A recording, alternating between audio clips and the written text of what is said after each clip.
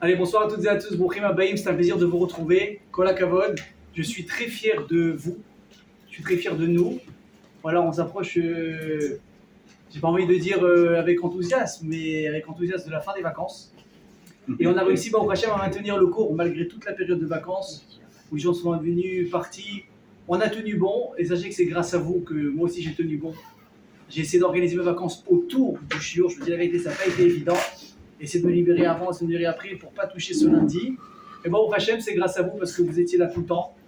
Alors, Bézard Hachem, que le souffle de ce shiur, il vous protège. Il vous envoie, si Dieu veut, toutes les choses dont vous avez besoin. Et évidemment, bien sûr, on pense avant tout le monde à nos chayalim, aux otages. C'est sûr que je vois c'est mais siniflaut, mais à la teva. Et si Dieu veut, moi je vous donne un conseil. Vous savez quoi? Vous voulez écouter une histoire de Kiddush Hachem extraordinaire. Extraordinaire. Je connais quelqu'un à Natania, ça fait maintenant 2 ans, une dame d'un certain âge, elle doit avoir au moins 70 ans. D'accord? Non, j'ai pas dit qu'elle est vieille, j'ai pas dit qu'elle est vieille, j'ai dit d'un certain âge. J'ai pas dit qu'elle est vieille, j'ai pas dit qu'elle est jeune. J'ai rien dit du tout. Là, vous n'allez pas la voir comme la dernière fois. Ça marchera pas. D'un certain âge. Elle peut avoir 30 ans, avoir un certain âge. Un certain âge, ça veut pas dire qu'elle est vieille, ça veut dire qu'elle a son âge. Ok? Vous m'aurez pas cette fois-ci. Bon, c'est pas l'essentiel.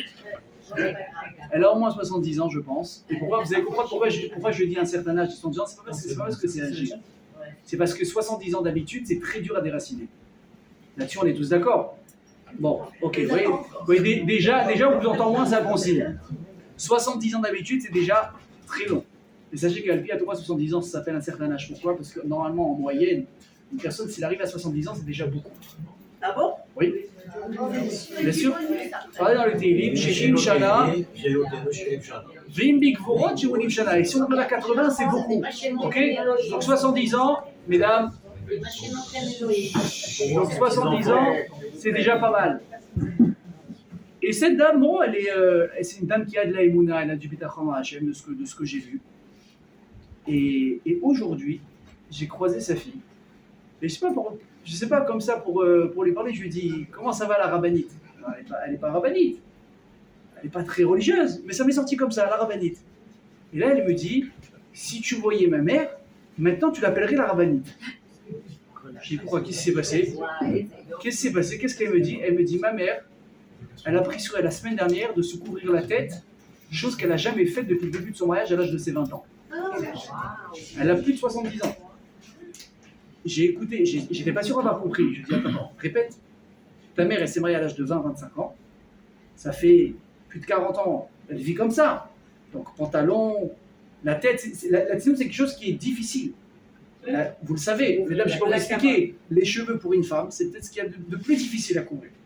Ça n'empêche pas que le mérite de celle qui arrive à le prendre sur soi, il est encore plus énorme. Donc imaginez d'une femme ça, je vous dis, après 40 ans, je suis obligé d'appeler ça de mauvaises habitudes, même si c'est quelque chose qui va être compliqué, mais on parle selon la Torah. À cause de la situation qui se passe, les chayalim qui tombent, les otages, on n'arrive pas à arriver à une entente pour les libérer, des bombes là, elle a dit, mais, regardez, hein, elle a dit, mais est-ce que moi j'ai pris quelque chose sur moi de difficile pour, entre guillemets, pousser à Kadosh Baruch Hu qu'il fasse lui aussi quelque chose de difficile? Elle a pris sur elle de se couvrir la tête. Je suis resté bête. Si je l'avais vu, j'aurais demandé une bracha tout de suite. Si je l'avais vu, je lui aurais demandé une bracha tout de suite. Je suis très sérieux.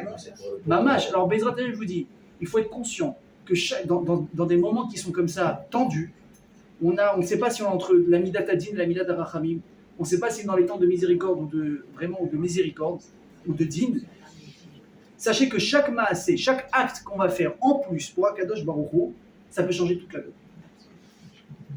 Je ne sais pas si je vous l'ai dit, mais maintenant on est dans le Chodesh de Av. Oui. Nous on appelle ça le mois d'août. Chazal, ils appellent ça Av. Av, comment c'est écrit? Aleph, Bet. C'est les Rachetevot, Elul, Ba. Le mois de Elul, il est en train d'arriver. Parce que c'est important de garder à l'esprit que même si on est en train de kiffer, c'est les vacances, c'est la plage, c'est le mois d'août, c'est la famille qui vient, nous on va, on revient, on est tout beau, on est bronzé. Mais il ne faut pas perdre à l'esprit que, les amis, d'ici, enfin je m'adresse aux hommes, excusez-moi de casser un peu l'ambiance, mais dans moins de 10 jours, mais Nadam Alechanirdav, 6h du matin, on doit être debout, on va faire les slichot. Pendant 40 jours de slichot. Ah oui, oui, bien sûr. Rosh Chodesh, c'est mardi, mercredi. Bezrat Hashem, jeudi prochain, on va commencer le premier jour de slichot, qui va durer pendant, je vous rappelle, 40 jours, jusqu'à Yom Kippour. Yom Kippour, on fera combien de fois les slichot? 5 fois. C'est long. Donc il faut garder ça à l'esprit, que malgré le kiff, malgré tout ça, Hachem, il n'a aucun problème qu'on kiffe. Il dit kiffe la vie.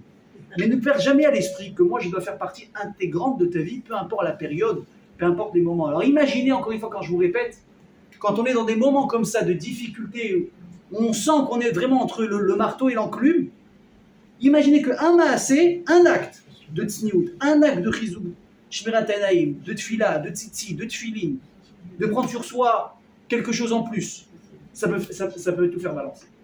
Et moi, je peux vous dire une chose, c'est que cette dame dont je vous ai parlé, Béhémet, j'aurais payé très très cher pour être une petite mouche, monter au ciel et voir le bruit que ça a fait.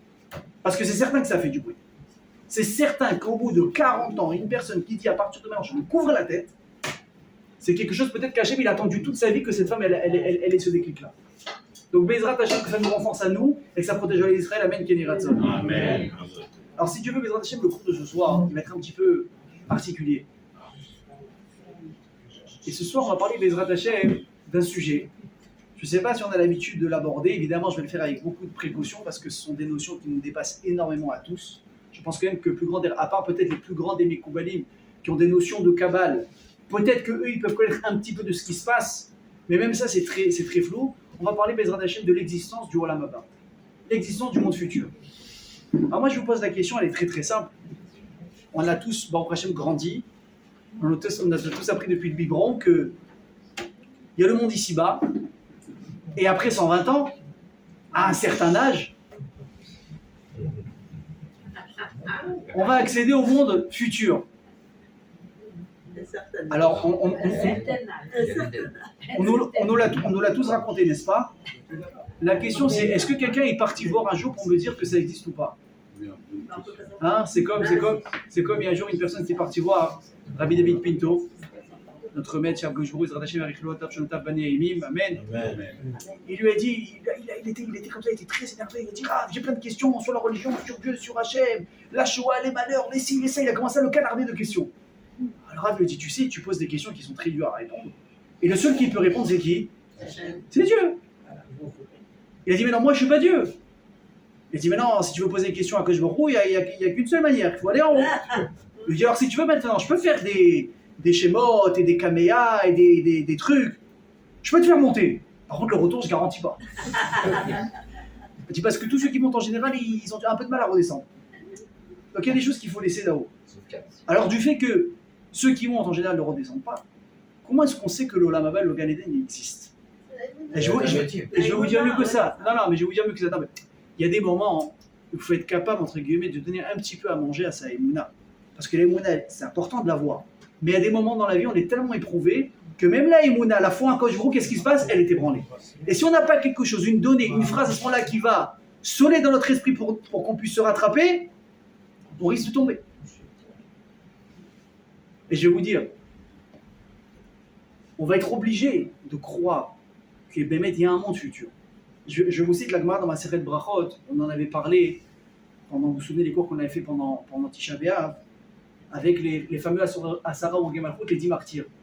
Regardez la Gemara ce qu'elle dit, au moment où Rabbi Akiva il a été lacéré, il a été mamash, martyrisé, il est mort. Voici ce que dit la Gemara. Besha'a sheotziot Rabbi Akiva le Hariga. Quand ils ont sorti Rabbi Akiva pour le tuer, Ayou Sorkim, vous connaissez tous cette Gemara, Ayou Sorkim et Besaou Masrikot chez le Barzel. Ils étaient en train de peigner sa peau avec des peignes de métal. Et il était en train de quoi à ce moment-là? De faire Kriyat Shema. Et c'est quoi la phrase? Shema Israël, Hashem Elokeinu, Hashem Echad. Veyatza nishmato be'echad. Et quand il est arrivé au mot Echad, là son âme elle a quitté son corps. Vous imaginez le bruit que ça a fait en haut. Amrou les fanav, Malachi Asher Lifnei HaKadosh Baruch Hu, les anges, ils se sont énervés. HaKadosh Baruch Hu Zotora Vezosrara, est-ce que ça c'est la Torah et ça c'est le mérite que tu gardes à ceux qui étudient la Torah? Yatza bat kol ve'amrei, une voix céleste qui est sortie qui a dit, écoutez bien, Ashrecha Rabbi Akiva. Sois heureux, Rabbi Akiva, Sheata Muzman Lechaya Olam Haba. que tu es invité évidemment par la grande porte pour accéder au monde futur Olam Haba. Fumeur. Alors ça, c'est la Gemara. Donc la Gemara, elle prononce le mot Olam Haba. Mais vous savez que dans le judaïsme, on a la Torah orale et la Torah écrite. Cherchez dans la Torah écrite. Quand je dis Torah, je ne parle pas des Nevi'im et Ketuvim, je ne parle pas des prophètes. Je parle de la Torah, le Chumash, le Sefer Torah. Ouvrez, je vous mets au défi, hein, du premier mot au dernier mot de la Torah. Essayez de trouver une fois le mot Olam Haba. Il n'existe pas. Le mot Olam Haba ne figure pas une seule fois dans toute la Torah. Encore une fois, dans les prophètes, là-bas c'est marqué. C'est marqué là-bas que, comme il s'appelait déjà celui-là, Naval à Carmélie, il avait dit à David Ameler, Ti Adoni Ameler Tzura Beotzra Rachaim. Là-bas il fait référence au fait que l'âme de David Ameler va aller au Gan Eden. Mais ça, ce sont des prophètes. Dans la Torah elle-même, c'est pas mentionné. Et la Torah, je comprends pas. Tu es en train de me vendre un truc où tout le monde y croit. Tout le monde se dit, je suis obligé de croire qu'il y en a pas parce que ici, le monde quelque part, il est, excusez-moi de dire, il est tellement déséquilibré dans plein de choses. Comme on dit, Tzadik Veralo, Racha Vetovlo. Un rachat, tu vois, il passe une vie de bonheur. Mais tout ce qui touche, il réussit. Tous les réussit. Il a une femme extraordinaire, des enfants, la réussite matérielle. Même si tu ne veux pas l'envier, tu l'envies à un moment donné. Et tu vois le Tzadik à côté, qui se tue pour Akadosh Baruch Hu, il galère. Mais c'est-à-dire, tu vois sa vie, tu dis, lui, je traverse parce qu'il me porte la poisse. Maintenant, il a une kippa, il met les tefilines, il met les tzitzit, c'est une femme qui s'habite ici, t'as tu pour ses enfants. Ils n'arrivent pas à boucler les fins de mois, les gosses ne sont pas acceptés à l'école, l'autre il quitte la religion, l'autre c'est tu dis, et alors lui, Zotora et Zosrara, les malachim ils l'ont crié, non, on ne va pas le crier. Donc tu dis, attends, c'est pas possible que si je regarde qu'ici, qu'il y ait la justice. C'est inimaginable. Donc forcément, ça veut dire que j'ai une donnée qui m'échappe, que je ne verrai pas ici, mais plus tard qui va complètement rééquilibrer la situation. D'ailleurs, vous connaissez tous la Gemara, où une fois il y a plusieurs Tanaïm qui sont montés au ciel pour savoir comment ça se passait là-haut. Malheureusement, il y a eu beaucoup de dégâts, il y en a qui sont devenus fous, il y en a qui ont remis en cause la Torah, etc. Et là, il a dit une phrase extraordinaire. Il a dit, qu'est-ce que tu as vu? Réponse, Raïti, Elionim les mata, Tartonim les mala. C'est la belle traduction. Il a dit, j'ai vu ceux qui sont en bas en haut, et ceux qui sont en haut en bas. Il me dit, ça veut dire quoi? Tu es monté comme ça au ciel ou quoi? Il me dit, non. Ceux dans ce monde-là, qu'on voit, qu'on admire, waouh, on lui donne du kavod, et celui-là il est comme ci, celui-là il est sénateur, celui-là il est président, celui-là il est grand rave, celui-là il est ce que tu veux, là-bas, c'est lui qui passe le balai. Mais par contre, ceux ici qu'on considère pas, ceux qu'on regarde même pas, ceux-là on leur fait un kavod au ciel. Les tzadikim ils se lèvent devant eux quand ils rentrent dans une pièce. Est-ce qu'ici on n'a pas le vrai regard? Ici notre vue elle est faussée, on a pris des repères dans notre vie qui sont complètement faux. On voit les personnes, on sait pas qu'est-ce que les gens ils font chez eux, entre les gens, comme on dit, besket, en secret. La voix d'Atachem d'une personne, vous savez c'est quoi les tzadikim nistarim, comment on dit, les lamed vav tzadikim, les 36 tzadikim cachés? C'est quand tu les vois, tu sais même pas que c'est un rav. Quand tu les vois, tu n'imagines même pas que c'est un tzadik. Il fait le gars pachou. Bon, il y en a, tellement qu'ils sont géants, entre guillemets, on les a grillés. Les gens ils vont chez eux, ils prennent des brachot. Bon, le gars manque de bol, mais des gens ne sont pas contents. Vous savez que Baba Salé, vous connaissez tous, Baba Salé, il devenait fou que les gens venaient le voir pour des brachot. Il dit, vous savez ce qu'il disait Baba Salé sur lui-même? Mais pourquoi les gens ils viennent me voir? Un jour, il y a son chamash qui a entendu, il a dit, il était dans la pièce, Baba Salé s'était enfermé dans la pièce. Il entendait des pleurs, des pleurs, des pleurs. Il a dit, qu'est-ce qui se passe? Il y a quelqu'un qui est mort, c'est pas possible, qu'est-ce qui se passe? Il a essayé de rentrer, il a collé comme ça l'oreille à la porte. Il entendait Baba Salé pleurer et qui criait à haute voix, Akadosh Baruch Hu, tu te rends compte ce qu'ils font les gens? Ils me prennent à moi pour un tzaddik. Ils viennent me demander des brachot, ils viennent me demander des slots, mais qui je suis? Je suis rien. Et les gens, ils pensent que je suis quelqu'un Hachem. Tu veux bien lever l'illusion aux gens de ce que je suis pas? Baba Salé qui dit ça sur lui-même. Il se regardait comme quelqu'un de nul. Malheureusement, nous aujourd'hui, qu'est-ce qu'on voit? Le type, parce qu'il connaît deux à la route, il prend la grosse tête. Il faut se rappeler, les géants, c'est qui les géants? C'est ceux qui se regardent eux-mêmes tout petits. Je vais vous dire, vous savez c'est quoi le secret d'étudier la Torah? C'est que plus vous l'étudiez, et plus vous vous rendez compte que vous connaissez rien. Plus vous étudiez, et plus vous vous rendez compte de l'immensité de la Torah, que c'est inatteignable. Maintenant, je vous rassure, on ne vous a pas demandé de faire le tour de toute la Torah. Parce que même si vous vivez 3 vies, vous n'aurez pas terminé. Mais qu'est-ce qu'on vous demande? De faire votre maximum. De faire votre maximum. Vous bossez, c'est pas un problème. Travaille. C'est les là qu'on a reçu, ça assure de notre fond qu'on va gagner notre vie. Travaille. Mais n'importe quelle personne qui travaille ou qui éduque ses enfants ou tout ce que vous voulez, c'est pas possible qu'il n'ait pas 1 heure dans la journée pour lui s'il cherche bien. C'est impossible. Et je mets n'importe qui au défi de me dire le contraire. Même moi, des fois, quand je pense que j'ai pas le temps, finalement, en me réorganisant un petit peu, hop, j'ai trouvé 40 minutes à droite et encore 20 minutes ici. J'ai gagné 1 heure dans ma journée. Donc on vous demande quoi en fait? De donner votre maximum. Pas plus. Mais c'est déjà beaucoup. Et tout ça pourquoi? Pour que quand tu vas arriver là-haut, on va te dire Haïm Kavata Etim la Torah. On va pas te demander est-ce que tu as fini toute la Torah. On va pas te demander est-ce que tu es devenu Moshe Rabbeinu. C'est pas ça les questions. On va te dire est-ce que tu as fixé des moments de Torah. Vous avez vu la différence? On t'a pas dit est-ce que tu es devenu Avrer. On t'a pas dit est-ce que tu es devenu une grande rabbinite. On t'a dit est-ce que tu as été fixé des moments de Torah. Est-ce qu'il y a des moments où tu as dit ça maintenant c'est pour Akadosh Baruch Hu. Maintenant je fais mes téhilim. Maintenant je fais mes prières. Maintenant j'allume mes bougies. Et Chok Velo Yavor, ça ne bougera pas. Est-ce que j'ai mis mes tefs? Est-ce que je suis parti à la Sina? Est-ce que j'essaie de faire au moins 1 demi-heure de Gemara par jour? Est-ce que je suis venu au cours du lundi soir pour écouter une personne qui me raconte des histoires sur le monde futur? Mais ça s'appelle des moments de Torah. Et si tu dis à Akadosh Baruch Hu, oui, il va te dire bravo mon pote. Tu peux rentrer. Encore une fois, tout ça c'est quoi? C'est pour arriver là-haut. Mais les amis, qui nous dit qu'il y a un là-haut? Moi, j'ouvre la Torah, moi, mon repère, c'est la Torah en général. Tu me dis quelque chose, vous savez, il a dit un jour Rabbi Nachman de Breslev. Je pense que dans un endroit comme ça, on doit citer Rabbi Nachman. On m'a ramené un jour en son langue, il a dit à ses élèves, vous pouvez interpréter mes enseignements dans n'importe quel sens que vous voulez, mais à une condition. Ça ne contredise pas le Shulchan Aruch. Mes enseignements ne peuvent pas aller contre la halakha. C'est pas possible. C'est pour ça que moi, je mets en garde plusieurs fois les gens. Ceux qui veulent écouter, ils écoutent. Ceux qui ne veulent pas écouter, ils n'écoutent pas. Les livres, moi j'appelle pas ça des livres, j'appelle de la bombe atomique condensée, qu'on va trouver dans le Likutei Moharan, qu'on va trouver dans le Tanya des Chabad. Ce sont des livres de Chassidut qui sont purement basés sur de la Kabbalah, pure. C'est tellement délicat à comprendre et à bien comprendre que c'est très dangereux d'étudier ça tout seul. Soit avec quelqu'un qui a de l'expérience, un carafe qui l'a étudié des dizaines et des dizaines et des dizaines de fois avec déjà lui-même un rave, et qui est capable, quand tu vois des phrases qui vont te choquer, ou presque tu as l'impression que le livre il t'ouvre la porte à faire une avéra et te dire c'est pas grave, là tu as besoin d'un vrai pshat, d'une vraie explication profonde pour te ramener en droit chemin et dire non, c'est pas comme ça qu'il faut comprendre, parce que forcément ça contredit la Torah et la halakha. Vous comprenez? Mais une personne qui ne connaît pas la halakha, à part peut-être Bereshit bara Elokim et Hashamim et Haaretz, et qui sait peut-être monter à la Torah et dire Birkat HaGomel, il voit ça, qu'est-ce qu'il dit? Voilà, c'est religieux, qu'est-ce qu'ils exagèrent avec leur truc, oh là là, ils exagèrent, ça on peut pas. Voilà, même Rabbi Nachman il autorise. Mais c'est très dangereux.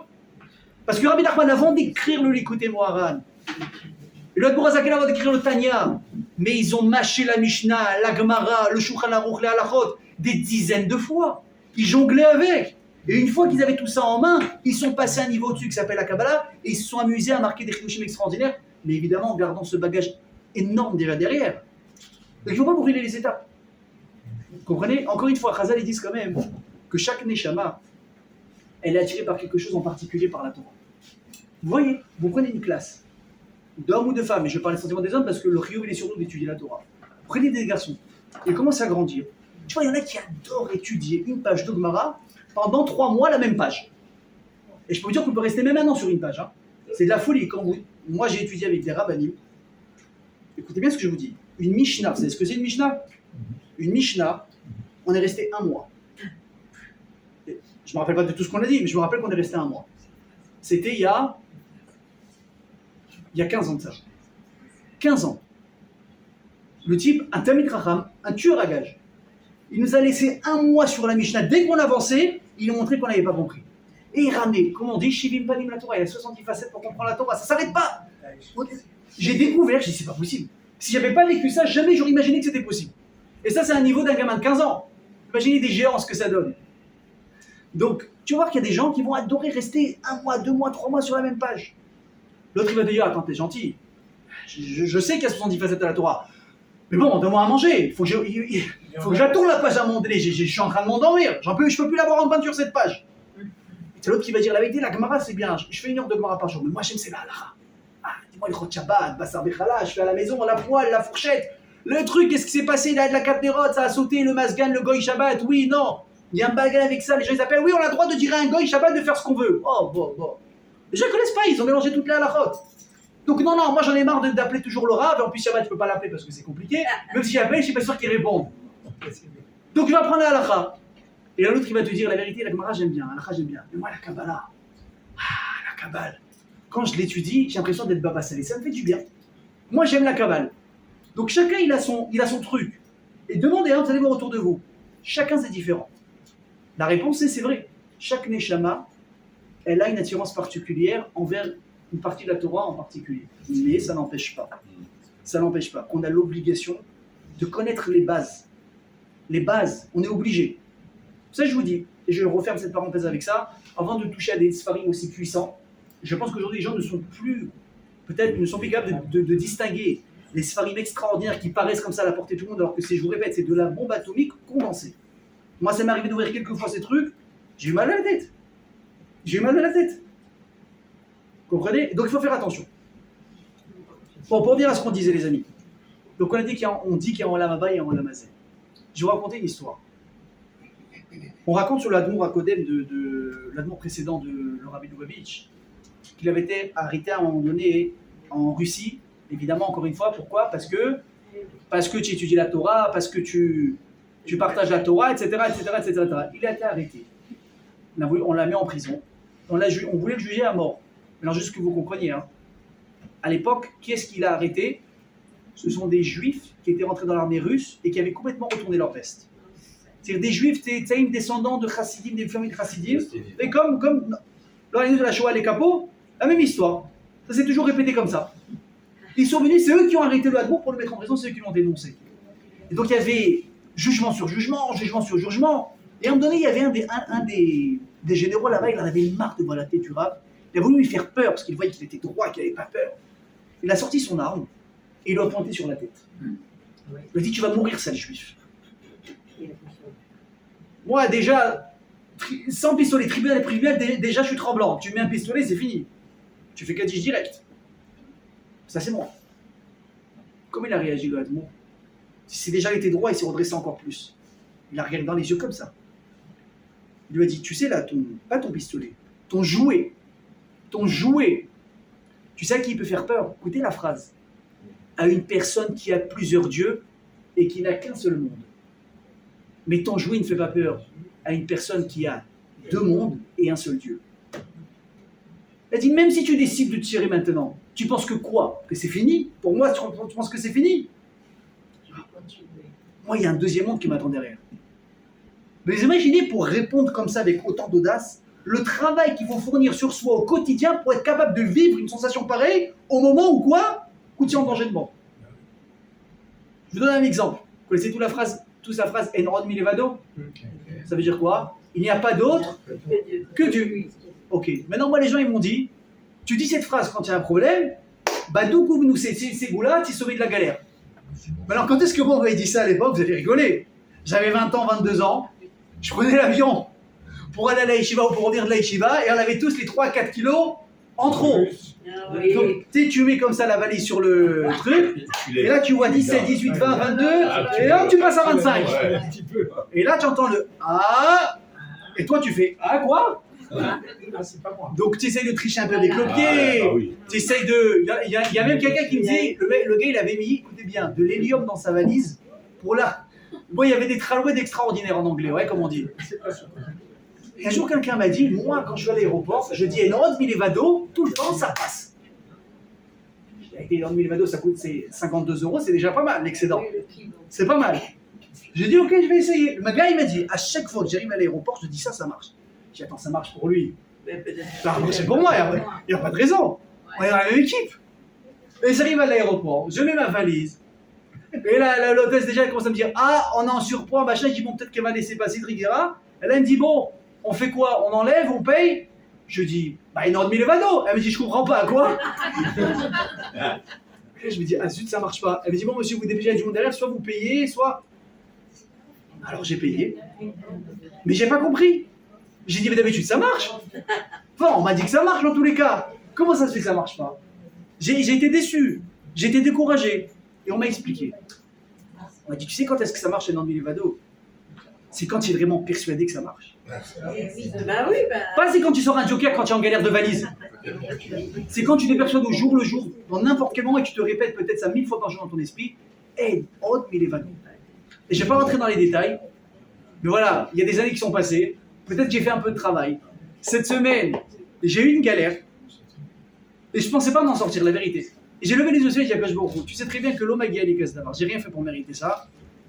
Et Od Milevado. Je l'ai répété 2 fois, j'ai fait un télim, on m'a laissé tranquille. J'ai été content. J'ai dit la vérité, Baruch Hashem, j'ai eu un petit clin d'œil du ciel. Donc ce rave là, qu'est-ce qu'il a dit à cet homme? Quelque part, il lui a dit Elrod Milevado. Il lui a dit, j'ai pas peur de toi. C'est pas toi qui décides, c'est Akadosh Baruch Hu. Et même si maintenant Akadosh Baruch Hu décide que pour moi ça peut être la fin, ce n'est quoi? Ce n'est que le début en fait. Vous savez ce qu'il dit, Messilat Yesharim? Vous avez peut-être déjà entendu cette phrase dans des cours, c'est certain. Sinon, ce sera une première et peut-être sûrement pas une dernière dans mes cours à moi. Il dit le Messilat Yesharim, la référence de Moussar par excellence dans toutes les yeshivot. Aola Mazé, Domé, les prosdons. Ce monde-là, il ressemble à quoi? Un couloir. Alors venons essayer d'imaginer l'histoire. Vous êtes chez vous à la maison, ok? Vous êtes dans la cuisine et vous avez la chambre. Vous avez tous un couloir, n'est-ce pas? Combien de temps il vous faut pour passer le couloir? Hein? Bon, le T3, ça va prendre 5 secondes. Le T5, 8 secondes. Et la Villa de Dieu bénisse, allez, 15 secondes. D'accord? Si je vous dis maintenant, regarde, tu dois passer le couloir, mais ce couloir, il est pas très agréable à traverser. Tu vas trouver une toile d'araignée. Des fois, tu vas trouver surtout ici en Israël, vous savez, les cafards là. Ouais. On va pas ouvrir la bouche pour pas qu'ils viennent nous rendre visite. Un petit cafard, peut-être des fourmis, peut-être une abeille. C'est pas agréable, la vérité. Mais tu dois passer par là. Par contre, si tu prends ton courage à deux mains et que tu passes, la pièce qui se trouve au fond du couloir, il y a des choses extraordinaires qui t'attendent là-bas. Alors, toi maintenant, tu es dans la cuisine. Tu vois le couloir, pas très grand. Alors, tu les vois, les araignées, les cafards, les trucs. Mais tu vois déjà la porte en face. Je vous demande vraiment. Maintenant, vous savez quoi? Vous prenez votre courage à deux mains. Je passe. Maintenant, tu vois une araignée, tu vois ci, tu vois ça. Est-ce que ça va vraiment vous déranger? Non. Pour 2 raisons. La première, c'est que ce qui m'attend, ça vaut le coup. Oui ou non? Très bien. Deuxièmement, c'est quoi? Mais c'est court. C'est très court. Par rapport à ce qui m'attend là-bas, où c'est extra, les récompenses que j'ai, peut-être je me kiffer toute ma vie avec, ben, vous ouvrez la porte, vous voyez une valise entière de billets. Elle est belle. Ça va vous servir. C'est-à-dire, purée, je le refais quand tu veux les 10 secondes. Mais c'est quoi donc? C'est quoi? C'est qu'est-ce qui est long, qu'est-ce qui est court, qu'est-ce qui vaut le coup? Et Dieu nous avait j'arrive, le monde ici, c'est exactement la même chose. Aola Mazé Domé les pros d'or. Combien d'indices? C'est quoi normalement l'espérance de vie moyenne d'une personne? C'est combien de temps, vous vous rappelez? 70. C'est rapide, 70 ans. C'est très rapide, 70 ans. Allez, tu vas arriver à 80. Allez, venons, sois large, 120 ans. Amen. Tu as cassé la baraque. J'ai puré, le mec, il a tenu, hein? Incroyable. Mais quoi? Ça te paraît long? Mais 100 ans. C'est vrai que ça paraît long, mais si tu le regardes en fait, en réalité, par rapport à quoi? Par rapport à l'éternité. Ça représente quoi? Même pas le couloir. Aola Mazé Domé les pros d'or. Si une personne était capable de garder ça à l'esprit, mais finalement, j'ai discuté avec lui, j'ai pas lui parler pendant 10 ans. Tu sais ce que c'est 10 ans de ma vie? Tu sais ce que c'est? C'est un 7e. Un 7e, je l'ai pris, enfin un 7e, on va dire jusqu'à 10-15 ans, tu discutes avec personne à part des bêtises d'école. Donc tu commences vraiment à vivre à quel âge? 18-20 ans, tu commences à avoir vraiment ton caractère. Combien de temps il te reste? 50 ans. Sur 10 ans, tu as pris un 5e de vie, à quoi tu l'as gardé? À faire la tête à quelqu'un. Très intelligent. À te lever tous les matins avec une rama que je ne veux pas le croiser ici, si je le vois là-bas, je vais être mal à l'aise et je ne vais pas avoir le dire, nanana, nanana. Vous connaissez tous la chanson. Un 5e de ton temps comme ça, c'est trop. C'est énorme.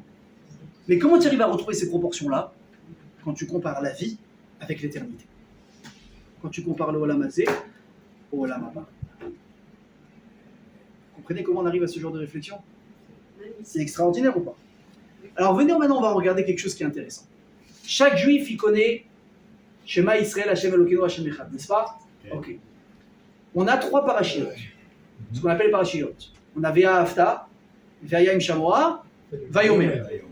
De quoi il parle les 3 parachutes? Le premier, il parle de ce qu'on appelle Kabbalat Ol Malchut Shamayim, ça veut dire que j'accepte sur moi le joug divin et j'accepte de le servir de tout mon cœur. C'est quoi la première phrase? Ve'ahavta.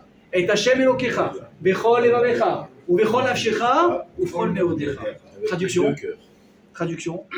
Tu aimeras ton Dieu. Bechol Evavecha, comme il a dit le monsieur, de tous tes cœurs. C'est quoi de tes cœurs? On n'a qu'un cœur. Enfin, la fois que moi j'ai fait une radio, j'en avais qu'un, ouais. Et Tseratov et Tserara. Tu dois forcer ton mauvais penchant lui aussi à servir Dieu comme ton bon penchant. Ensuite, Bechol Nafshecha, de toute ton âme. C'est-à-dire quoi, toute ton âme? T'es fatigué, t'es pas fatigué, t'as envie, t'as pas envie, tu y vas. Et ensuite quoi? Ou Bechol Meodecha. Et avec tous tes moyens. Ça, on parle de quoi? D'oseille. Vous savez, je vais raconter une vraie histoire qui est arrivée. Vous vous souvenez quand il y avait le corona? On en parle maintenant, ça paraît loin, hein? Mais moi, je me rappelle quand je l'ai vécu et je marchais dans la rue, je voyais personne dans les rues. Et que Benjamin Netanyahu, il avait dit, il va falloir qu'on apprenne à vivre aux côtés du corona, on ne sait pas combien de temps ça va durer. Je vous assure que c'est vrai. Vu que ça a duré déjà depuis, ça dure au moins 2 ans cette histoire. Et personne ne voyait la fin de ce cauchemar, et c'était vaccin sur vaccin, et variante sur variante, et agbalot sur agbalot, et quelle horreur. Et j'étais en train de me dire, on va dire tous avec les masques et les machins. Et je me suis dit, attends, mais dans 20 ans, je vais raconter à mes enfants qu'il y avait une période où on sortait sans masque. On a connu une période, une ère, où c'était pas comme ça. J'étais en train de me dire, mais ça va jamais terminer cette histoire. Et vous vous souvenez, c'était très strict, on peut pas faire ça, on peut pas faire ça. Et même les tfilotes béminiales, c'était interdit, ou c'était compliqué à mettre en place, et les gens ils se balançaient les uns les autres, c'était une horreur.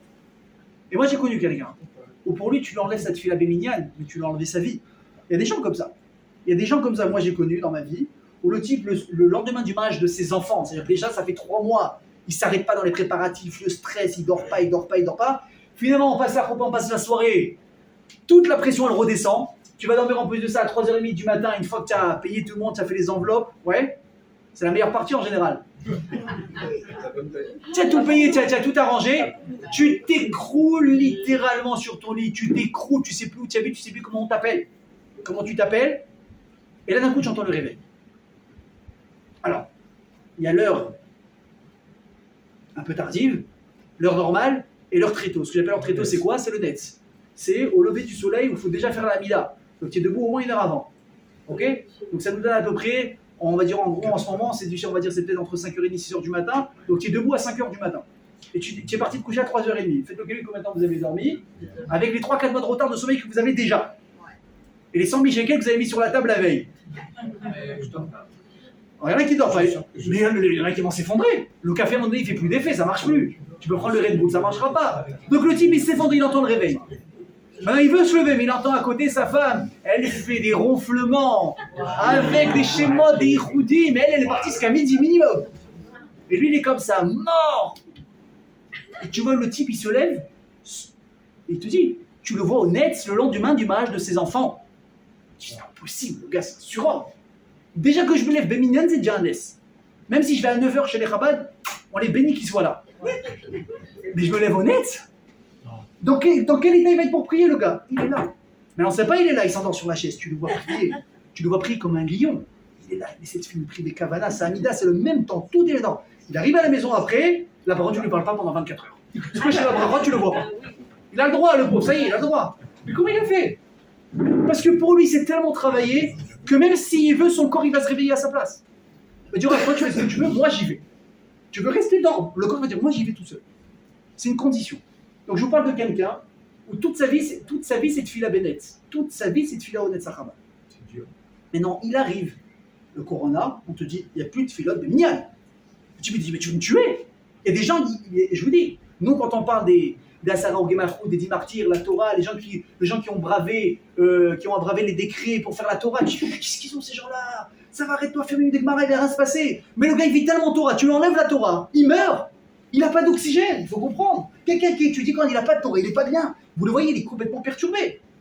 Ça devient une drogue, mais la meilleure drogue qui existe.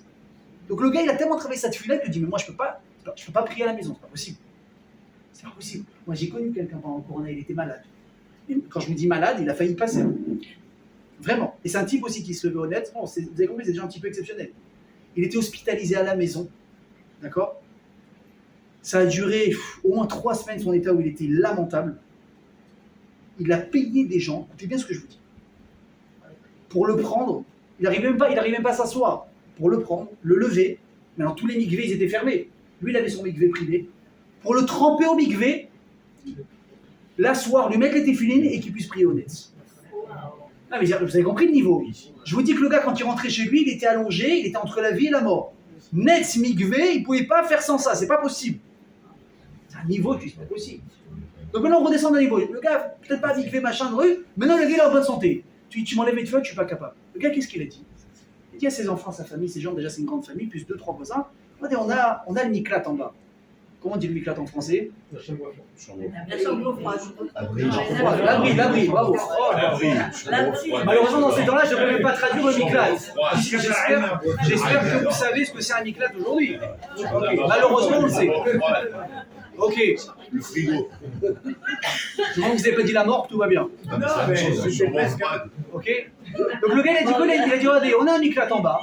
On va essayer de se mettre vraiment les uns les autres espacés, les masques, tout ce qu'il faut. On va faire tefila. Maintenant, tout le monde est chaud dans l'histoire. Mais qu'est-ce qu'il dit ses enfants? Mais papa, mais si on se fait attraper, on va se faire déchirer. On va payer une amende. Maintenant, encore une fois, ils ont tous eu le corona, ils ont vacciné, donc tu peux même pas le repasser si tu voulais. Mais à un moment donné, vous vous souvenez, il y avait les règles de... que si tu avais été vacciné, tu avais le passe vert, vous vous souvenez ou pas, tous les trucs. On pouvait. Donc les gars, ils étaient organisés, ils faisaient des choses bien. C'est pas on fait la Torah et on s'en fout de ce qu'ils disent les gens, les ministres, etc. Mais on peut le faire. Oui, mais si on est balancé, on va être cru, on va pas être cru. Réponse du gars. Il a dit, mais alvaï, qu'on soit balancé parce qu'on prie le minyan. Ce sera peut-être la seule fois dans ma vie où je vais accomplir la mitzvah, que tu vas aimer Hachem de tout, avec tous tes moyens financiers. Pour prier le minyan, tu es prêt à payer finalement. Vous imaginez si à la synagogue, on mettait un mec qui ne pas avant de rentrer, la synagogue, elle serait vide. Déjà comme ça, des fois, on a du mal à les remplir. On doit mettre des pizzas, on doit mettre des apéros, on doit mettre des trucs, on doit mettre des chansons, Shabbat, et venez, on va danser, on va truc. C'est comme ça, le Ferrari fait son job, nous aussi on est obligé de faire de l'autre côté d'équilibrer. Le type il a dit, mais moi s'il faut payer, je paye pour prier Bénial. Je paye. Parce que c'est une mitzvah d'oraïta. Ve'ahavta et Hashem Elokecha bechol levavecha ubechol nafshecha ufrol merodecha. Je suis sûr que ce soir demain vous n'allez pas faire le création de la même manière. Hein. Ça c'est la première paracha. La deuxième paracha c'est quoi? Ve'ayayim shamua tishmua mitzvotai. On parle de quoi là-bas? Que waouh, c'est extraordinaire. Si on fait la Torah et les mitzvot, Hashem, littéralement il paye cash. Qu'est-ce qu'il fait? J'envoie la pluie, j'envoie la récolte. Donc c'est quoi? C'est la parnassa, ça. On parle avec la langue de l'époque. Les agriculteurs, c'était ça leur vie, c'est de travailler tous la terre. Tu as une bonne récolte, tu as fait ton oseille. Tu n'as pas de récolte, tu crèves de faim. Et tout le monde crève de faim aussi avec toi. Donc c'est la bracha, c'était quoi? C'était la pluie et la récolte. Et la troisième paracha, c'est quoi? C'est les tzitzit, les tziat mitzrayim, etc. Ok, maintenant je vais me concentrer avec vous sur les deux premiers. On avait Hafta et Vayomer.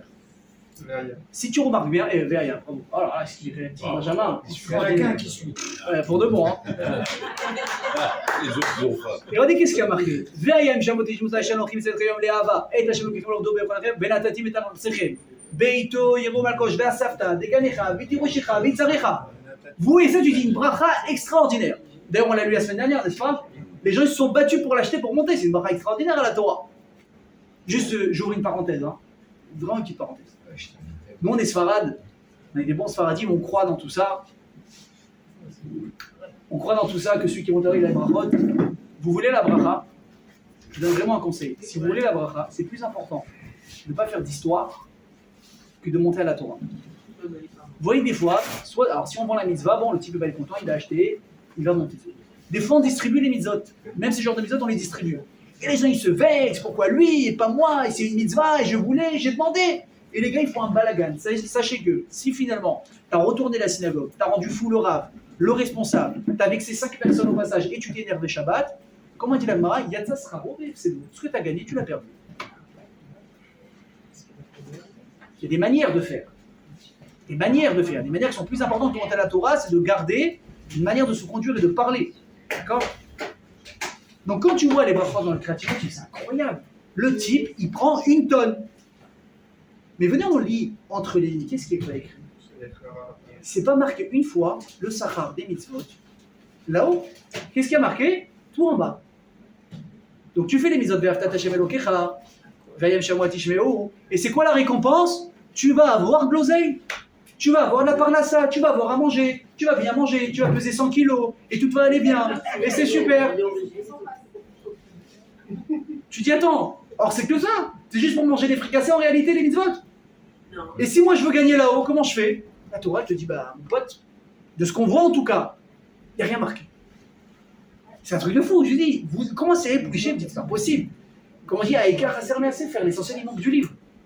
Alors, je ne vais pas vous faire trop durer le suspense, même si je pourrais vous faire pendant 1 heure encore. Mais écoutez bien, il y a un remez, il y a un sous-entendu dans la parachate Vaïtranan et dans la parachate Yitro, quand on lit les 10 commandements. Là-bas, il y a marqué quoi? J'adore quand on regarde cette parachate, parce que tous les parents, ils adorent, ils attendent ça comme ça, et ils regardent leur fils. Kabed et avicha ve timecha. Lema'an yarechun yamecha. Ok, toute ma vie, moi, quand j'étais à la synagogue avec mon père et on assistait à la Kriyat Torah, j'avais droit au regard. Tu entends? Tu entends? Voilà. Prends son note. Ouais. C'est ce qu'a dit la Gemara. La Gemara dit que la mitzvah la plus difficile à faire dans sa vie, c'est la mitzvah de Kibbutz Avev. C'est obligé. La mitzvah de respecter les parents, c'est la mitzvah la plus difficile à accomplir. Parce que c'est Kavet, lourd. Alors il y a Kavet. C'est une mitzvah tout le temps, 24 heures sur 24. Que tu sois énervé, que tu sois fatigué, que tu sois en bon terme avec tes parents, pas en bon terme, tu n'as pas le droit non seulement de leur manquer de respect, de leur montrer entre guillemets trop de respect. Tu vas te lever quand ils rentrent, tu vas prendre leur place, tu vas les respecter, tu ne peux pas les contredire. Qui fait ça aujourd'hui? Des fois, quand je me reprends, j'assiste à une situation, je dis ok, là j'ai pas le droit de me mêler, là j'ai pas le droit de dire ça, j'ai pas le droit de dire ça, tu fermes ta bouche en fait. Et on la ferme notre bouche avec nos parents, parce que Dieu nous pardonne. Mais je pense que peut-être, nous en tant que parents, on aura peut-être la facilité à pardonner nos enfants. Quand on se voit nous-mêmes en tant qu'enfants, on se dit, regarde tout ce que moi j'ai mal fait aussi de travers. Si jamais on avait voulu, si jamais on avait tapé ce dash, je déraillais, où je serais aujourd'hui? Donc qu'est-ce que dit la Torah? Kabel et avicha avet imecha. Lema'an yarichun yamecha ala adama. C'est marqué à chaque fois ça. Honore ton père et ta mère afin qu'Akadosh Baruch Hu te rallonge la vie. Alors écoutez bien ce qu'elle dit, la Gemara dans Kiddushin. Que ce pasouk, il n'est pas à comprendre selon le pshat, selon l'explication simple. Quand Hachem dit qu'il va te rallonger la vie, il ne parle pas d'ici. Il parle de là-bas. C'est Gemara, c'est pas Rashi, c'est la Gemara qui dit ça. Je l'ai ouvert vendredi soir, je l'ai regardé avant de vous faire le cours.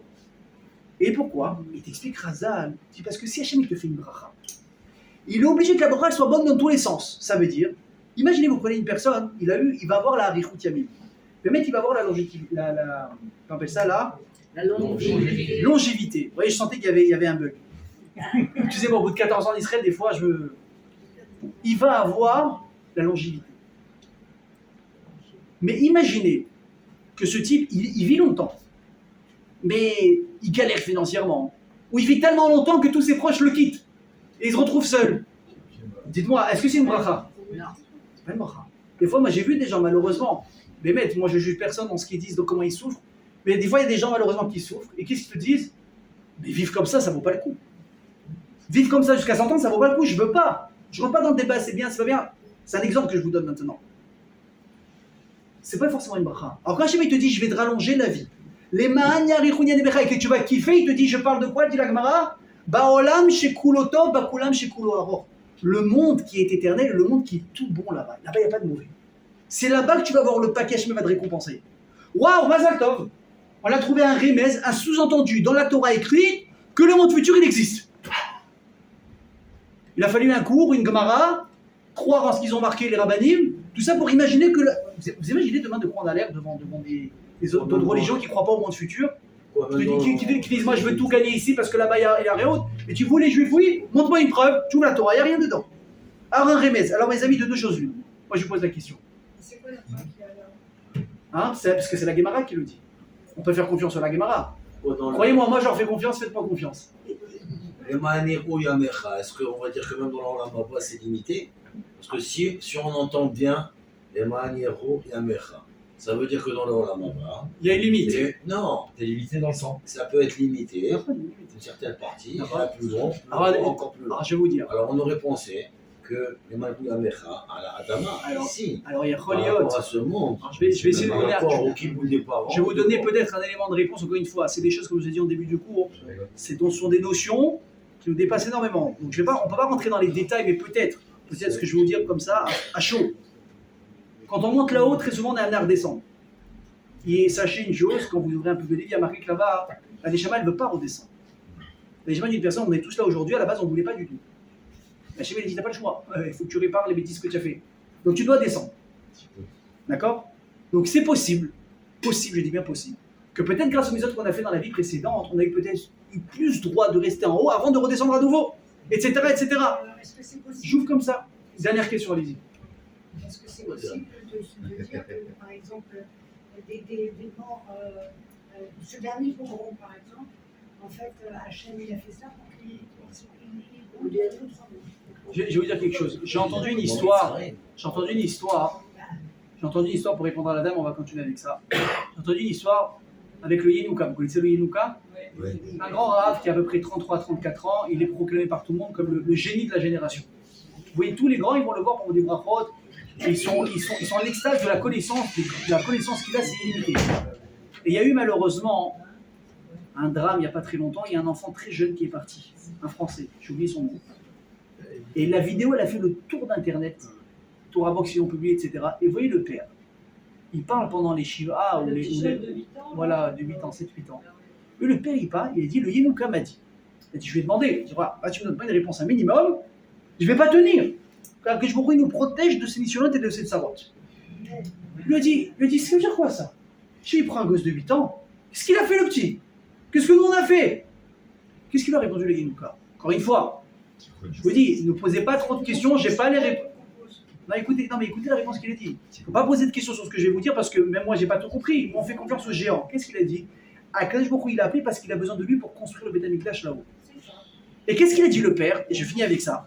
Le père, il a dit, vous avez vu la vidéo? Il a dit, depuis qu'il est petit, ma femme l'a remarqué qu'il adore tout ce qui est construction. On n'a jamais vu un gosse comme ça. Tout ce qu'il peut voir, il se met à construire.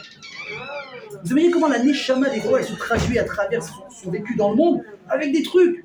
Encore une fois, ça ne veut pas dire que vous allez être architecte, vous allez mourir plus tôt. N'ayez pas peur.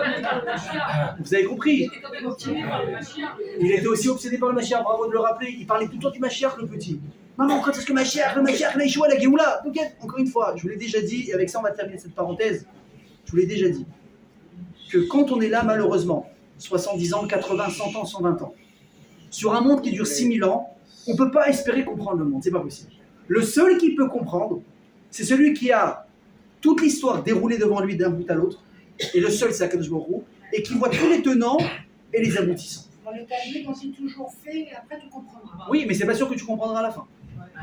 Il y en a assez, Vénishma, si tu comprends c'est bien, mais si tu n'as pas compris, ça ne veut pas dire que tu dois comprendre pour faire. Ah bon? Non.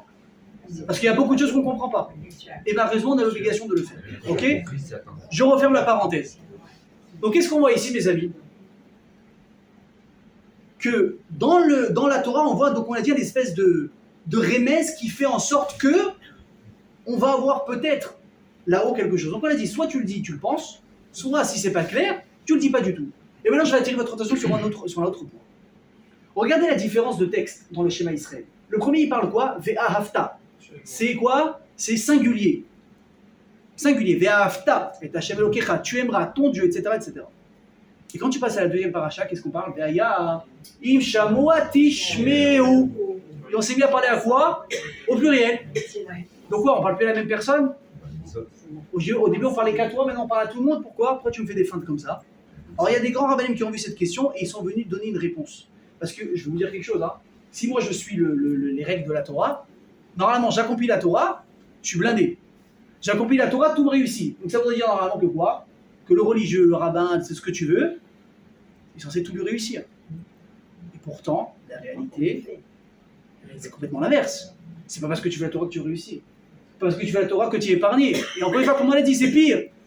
Tzadik veralo, racha betovlo. Tu vois le tzadik, rien, entre guillemets, rien lui sourit, il galère tout le temps. Et le racha, une vie, il y a tout Instagram qui l'envie. Incroyable. J'ai pas Instagram. Baruch Hashem. Baruch Hashem. Mais je sais que ça existe, je sais qu'est-ce qui se passe là-bas. Qu'est-ce qui montre les gens là-bas? Des réussites, des fausses réussites, ou que les points qui ont réussi dans leur vie. Extraordinaire. C'est le plus grand attrape-nigo de l'histoire.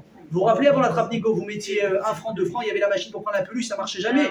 Ils ont fait pareil aujourd'hui dans un téléphone, mais sauf que la différence, c'est qu'avant on jouait, on avait 3 ans, maintenant on a 70, 90 ans, et on joue tous avec ça, et on croit en plus dans le bêtise qu'on voit, c'est incroyable. C'est incroyable. Donc écoutez la première réponse. Il me dit que je me roule un message magnifique. Il dit, tu sais qu'il y a un message dans le schéma. Je vous dis, par exemple, vous n'allez pas faire le schéma de la même manière. Ve'ahavta et Hashem Elokecha.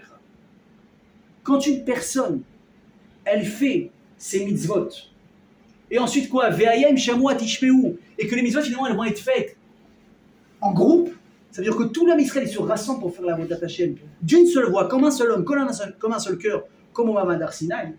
Alors à ce moment-là, quoi? La bracha matérielle, elle est explosive pour tout l'homme Israël. Par contre, si ve'afta et Hashem Elokecha, si c'est chacun dans son coin qui fait un peu, mais quand tu regardes malheureusement la majorité, on n'est pas du tout rassemblés dans la Torah, chacun fait ce qu'il veut, il y en a qui font, il y en a qui font pas, qu'est-ce qui se passe? Alors à ce moment-là, malheureusement, tu auras un mérite, mais il ne peut pas être matériel comme on l'aurait voulu, il est spirituel. Je vous donne un exemple. À l'époque du roi Hiskiyahu Amelech, écoutez bien ce qu'il dit, l'âge d'or de la Torah dans l'âme Israël.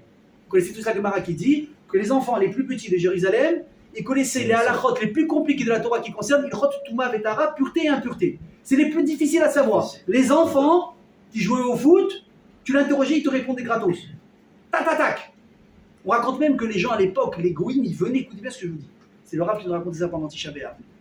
Les goïms de l'extérieur, du monde entier, de Grèce, etc., ils venaient à Jérusalem juste pour dire « J'ai vu un enfant de Jérusalem. Je l'ai vu. J'ai parlé avec lui. Un enfant. » Vous imaginez ce qu'on a perdu? Vous imaginez ce qu'on a perdu? Les gens, rien que de voir un juif, c'était un mérite. Vous savez, quand je vous dis ça, je le dis à chaque fois dans les cours, c'est pas pour prendre la grosse tête, c'est pour se rappeler la responsabilité qu'on a sur nos épaules. On est des Bnei Avraham, Yitzhak et Yaakov, on est des fils de rois. Un prince, il ne se balade pas comme un clochard dans la rue, il ne parle pas n'importe comment, il ne mange pas n'importe comment. Et il ne parle pas n'importe comment. Parce qu'il représente quelque chose, il représente quelqu'un. Nous, on représente qui? Akadosh Baruch Hu lui-même. Quand vous avez les tefilines, messieurs, quand une femme elle s'habille b'tzneut, qu'est-ce qu'on dit? Kishem Hashem nikra alecha. Le nom de Dieu est inscrit sur toi. Il dit ça, c'est un juif. Aujourd'hui, c'est quoi Hashem nikra alecha peut-être? Un kippa. Vous marchez dans la rue en France, comment on reconnaît que les feuilles?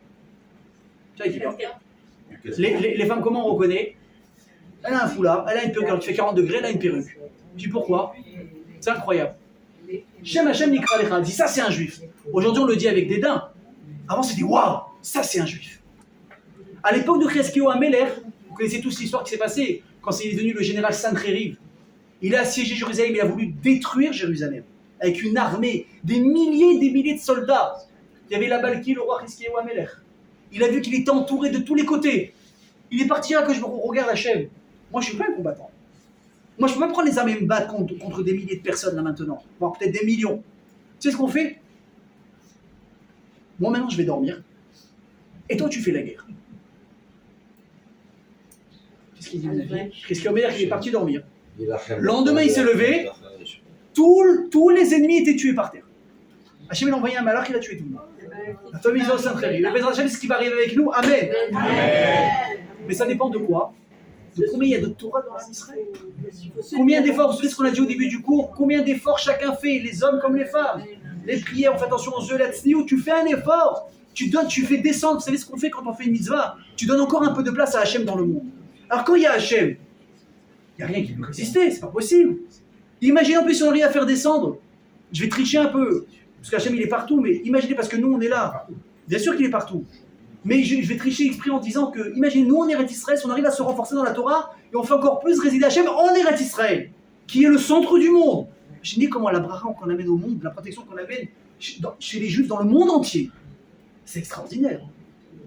Et qu'est-ce qui passait à l'époque de Hiskiyahu Amelech? Non seulement les guerres, il n'y en avait pas, mais l'abondance. L'abondance. Il y avait une économie qui explosait, dans le bon sens. Ça coulait à flot, tout allait bien. Pourquoi? Parce que ça, c'était une Torah appliquée par qui? Par la majorité. Mais si malheureusement on est dispersé, et chacun fait un petit peu, alors on a un mérite, mais on n'a pas l'occasion de le voir ici, c'est là-haut. Ça, c'est un premier élément de réponse.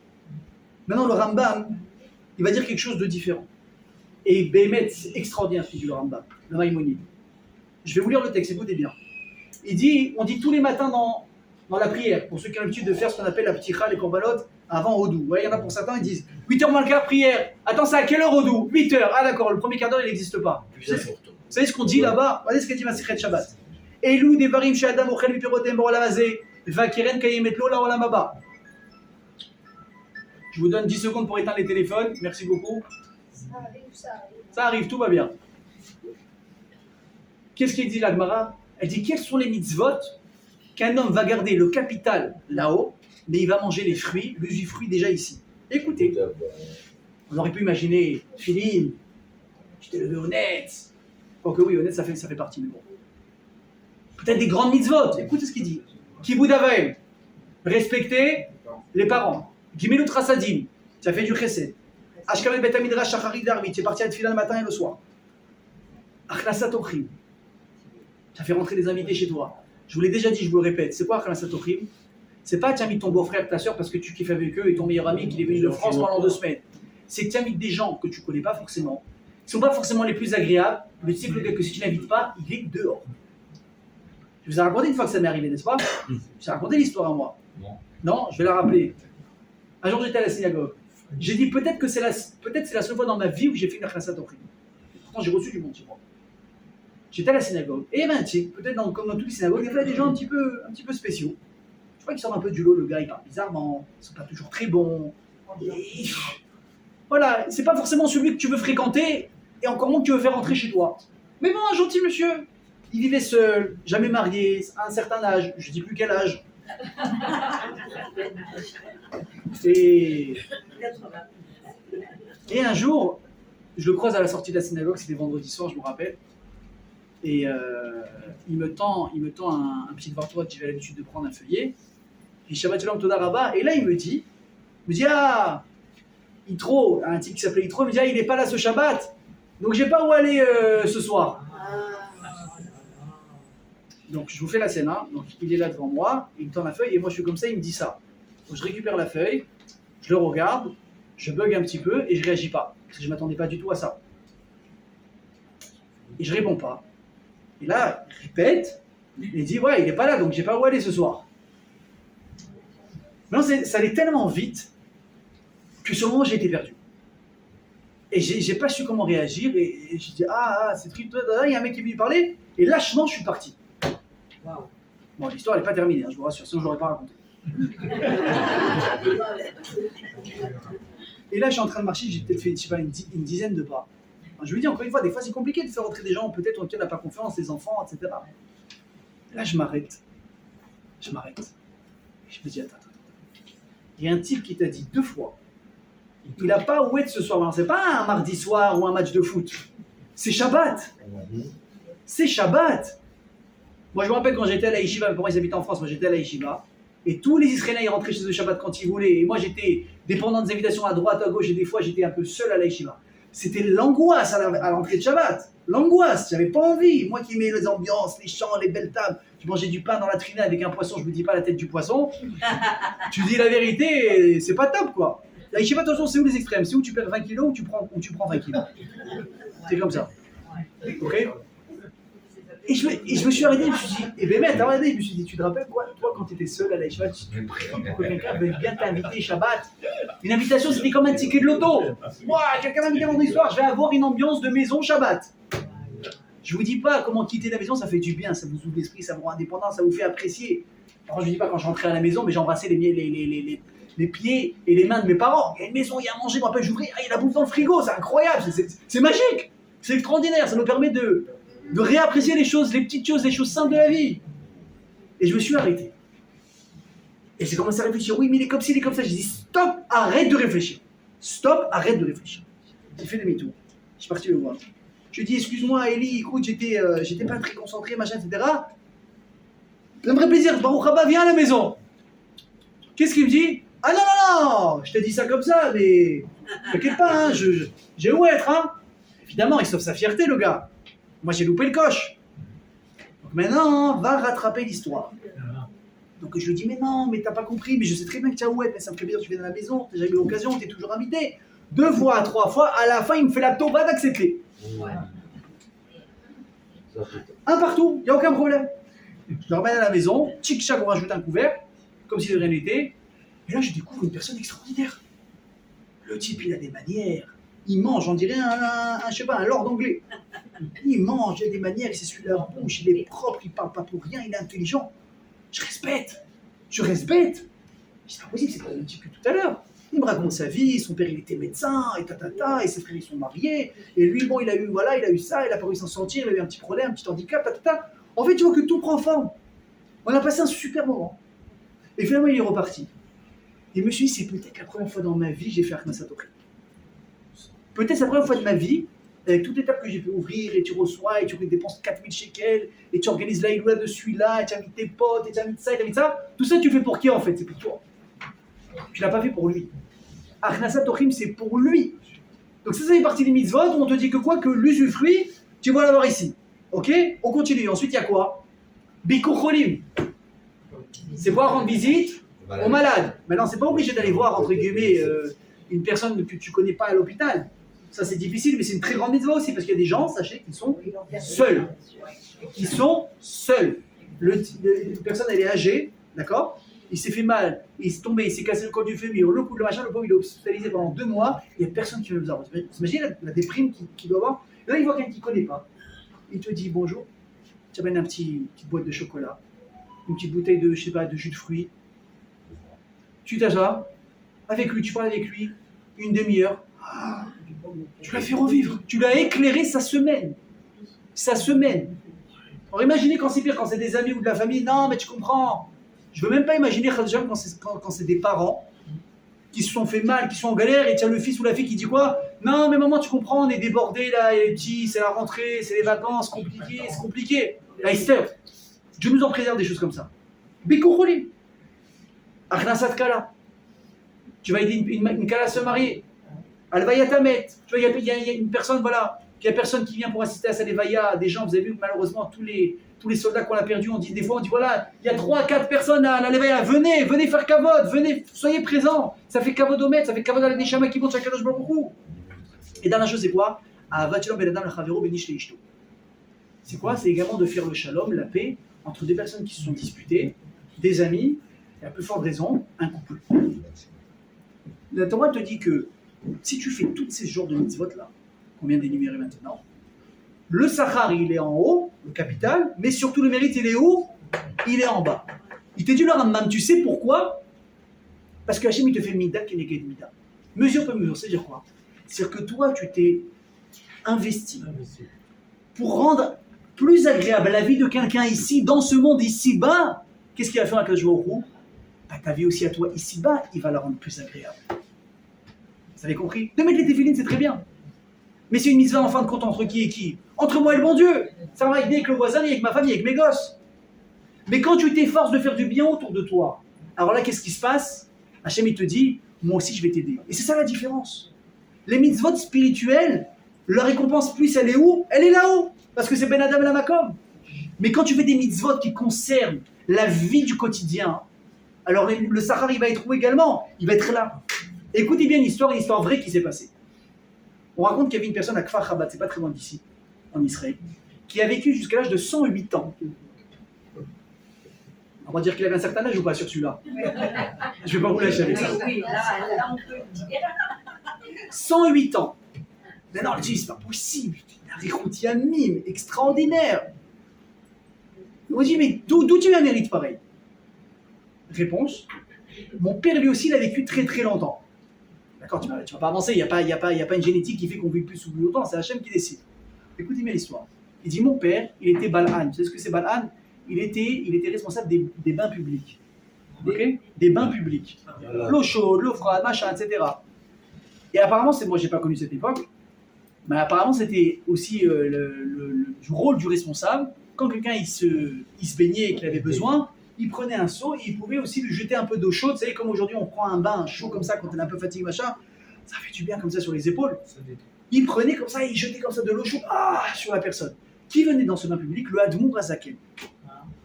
Le Admour Azaken de Chabad, un géant de géant. Non, c'est un homme, lui aussi, il a besoin, il vient se laver, machin, il est fatigué. Et ce responsable, ce balin, qu'est-ce qu'il faisait? Il prenait souvent, Rabbi, laissez-moi vous faire un kiff, un petit massage, un peu truc, et il prenait l'eau, il lui mettait comme ça, il lui jetait sur le dos. À chaque fois qu'il lui jetait de l'eau, ça lui faisait tellement de bien, il dit que je pourrais te donner une longue vie. Et Hachem, vous connaissez les filotes qu'on fait à tout le monde?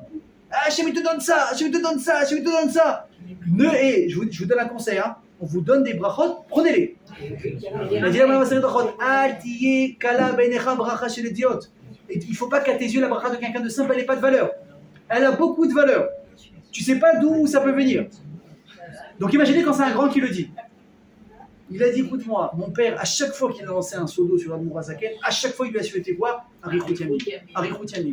Imagine le nombre de seaux d'eau dans sa vie qu'il a dû jeter au Rav. Donc maintenant lui, il croyait, c'était pas un débat, il savait que ce que dit un Rav, c'est Kadosh, ça va se passer.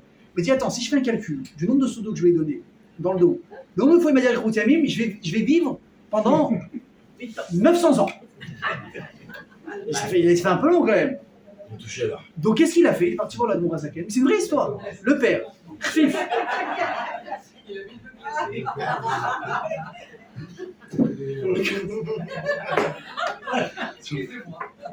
Elle était bonne. Qu'est-ce qu'il a fait? Il était Khfif le père. Il est parti voir le Rav. Il lui a dit Rav, regardez, là je fais le calcul, ça fait un peu long. Il dit, est-ce que vous me permettez que le mérite que j'ai d'Arichut Yamim, je le partage avec mon fils? Il lui a dit, c'est à toi, tu fais ce que tu veux. Le père, il a vécu longtemps, le fils, il a vécu jusqu'à 108 ans. Il a dit, c'est 108 ans. Il a dit, c'est de grâce à la bracha de quoi? Du Admour Azaken. Donc, vous voyez quoi encore, c'est quoi Mida Keneged Mida? Qu'est-ce qu'il a fait, ce Ba'an, ce responsable de bain public? Il a rendu juste un peu plus agréable la vie de ce tzaddik ici. Et quand il a béni, où est-ce qu'il a eu sa récompense? Ici. Comprenez? Et regardez un autre exemple, extraordinaire. Un jour, il y avait dans une ville un Rav et un rachat. Un rabbin et un mécréant. Ok? Il s'est passé ce qui s'est passé. Hachem disait que les deux, ils devaient mourir le même jour. Ils sont morts le même jour tous les deux. Donc évidemment, toute la ville, elle se lève. De qui on va s'occuper? Du rabbin. Et on arrive, on prend les bus, on prend les voitures, on bloque le périmètre. Il y a des milliers de personnes, c'est incroyable. Et le rachat, personne qui le calcule, évidemment. Maintenant, les enfants, ils ont les boules. Ah, c'est pas que vote pour papa. Et finalement, c'était pas quelqu'un de si méchant. Qu'est-ce qu'ils font? Ils prennent le cercueil et ils vont se coller au cercueil du rabbin. Comme ça, les gens, les armés, ils sont là pour là et pour là. Vous avez compris? Bon, jusque-là, ça va, ils sont intelligents. Mais le problème, c'est qu'au moment qu'on est en train d'apporter les cercueils comme ça vers le cimetière, on crie, on dit attention, il y a des voleurs, il y a des vagues qui sont entrés dans la ville. Chacun rentre chez lui, chacun fait attention à ses biens si vous voulez pas être cambriolé. Donc, qu'est-ce qu'on fait? On laisse les cercueils, on s'en va, chacun barricade sa maison, chacun fait attention, ils prennent leurs armes, etc. Au bout d'une heure, la cohue elle s'est calmée, les voleurs ils sont partis, on les a repoussés. Bon, on a laissé des gens. On repart pour continuer l'enterrement. Sauf que. Il s'est planté. Toute la ville, qu'est-ce qu'ils font? Ils prennent le rachat pour le rabbin et le rabbin pour le rachat. Et tu vois tous les rabbins, il était bien, il était gentil, il était comme ça. Et l'autre à côté, rien. Rien. Mais non, personne ne sait ce qui se passe et on les enterre. Le lendemain, tu as le rabbin qui vient chez son élève en rêve. Il fait allô? Allô? Oui, lui, vous pouvez à la rigueur, moi je peux plus. Mais le problème c'est quoi? Vous m'avez mis dans une tombe, il n'y a même pas mon nom dessus. Et il faut faire quelque chose, réparer les bêtises. Au moins mettez-moi à ma place. Bon, les voyages, je l'ai loupé, c'est fini. Mais au moins mettez-moi à ma place. Quand tu viens me périner, qu'on ne pas périner l'autre, qu'inversement. Et surtout, l'élève, il dit attends, Rav, il n'y a aucun problème, on va s'en occuper. Mais j'ai une question. Pourquoi c'est arrivé? Pourquoi il a mérité? Vous voulez la réponse ou je la donne la semaine prochaine? Et dis pourquoi c'est arrivé? Écoutez ça. Il a eu du mérite. Il a dit normalement j'aurais dû avoir tout ce qu'il faut. Mais une fois, il assistait à une scène terrible. J'étais dans un endroit où on a manqué de respect à un Talmid Chacham. On a manqué de respect à un érudit en Torah. J'étais là-bas et j'ai pas bronché. Je l'ai laissé subir une honte pareille. Hachem l'a décrété que moi aussi j'allais subir une honte à la fin de ma vie, c'était ça. Je dis bon d'accord, toi ok, mais lui alors? Pourquoi lui? Ouais, il faut réfléchir dans les deux sens à chaque fois, c'est la Gemara qui fait ça, hop, hop, hop, hop, comme à la bourse. Et dis lui alors? Il dit lui, c'était pas un mec nickel, mais un jour il a fait un truc extraordinaire. Un jour il avait organisé un grand banquet pour un ministre. Mesdames et messieurs, quand j'ai l'habitude de dire, des fois de commenter le bruit, ça fait plus de bruit.